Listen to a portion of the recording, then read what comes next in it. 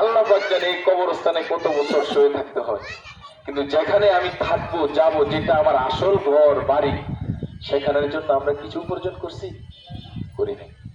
আসলে আমরা দুনিয়ার জন্য সব করছি, 2 দিনের 1 দিনের দুনিয়া। কিন্তু যেখানে আমি হাজার হাজার বছর থাকবো, যেখানে ভাই নাই, বোন নাই, মা নাই, বাপ নাই, কেউ নাই, ডানে মাটি, বামে মাটি, নিচে মাটি, উপরও মাটি, যেদিকে তাকাই সেই দিকে মাটি, কেউ নাই আত্মীয় স্বজন, সেখানে আছে একমাত্র আমল, ইমান আর আমল।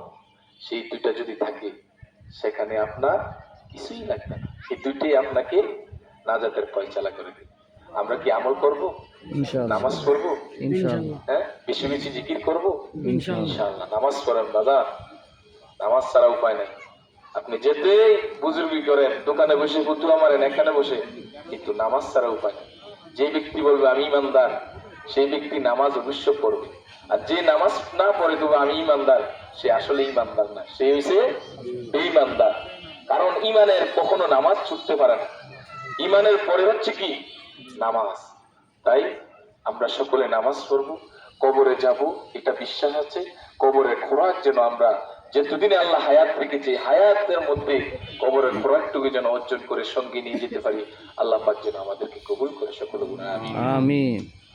এখন মাইয়াতের জানাজা হবে, জানাজার নিয়ত বলে দিচ্ছি, যারা না পারেন বাংলা নিয়ত বলবেন। ইমাম হোসেন জানাজা নামাজ পড়তেছে, 4 তাকবীরে আল্লাহু আকবার, বাস হয়ে যাবে।